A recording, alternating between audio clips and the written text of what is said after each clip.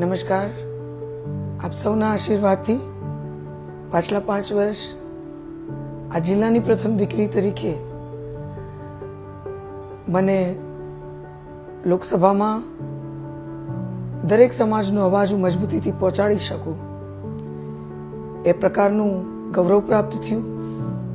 સાથે સાથે અનેક કામો જે ભૂતકાળમાં આપણે કેન્દ્રના માધ્યમથી કરાવી શકશું, કરી શકશું એ વિચાર્યું નહોતું, એ પ્રકારના કામોમાં પણ આપ સૌના સહકારથી માધ્યમ બનવાની તક મળી.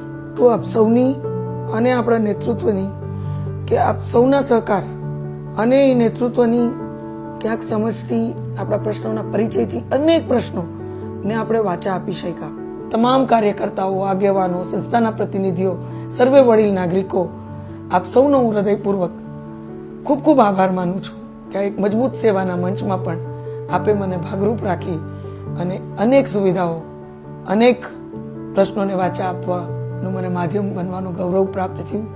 ત્યારે આવીને આવી રીતે આપણે સૌ સમરસ રહી એક મજબૂત પરિવાર રૂપી ભવિષ્યમાં આપણા સમગ્ર ક્ષેત્રને આગળ વધારીએ એટલી આપ સૌને અભ્યર્થના સાથે આપ સૌના આશીર્વાદ, માર્ગદર્શન અને સહકાર મને હંમેશા મળતો રહેશે એવી આશા સાથે વંદે માતરમ. જય જય ગરવી ગુજરાત.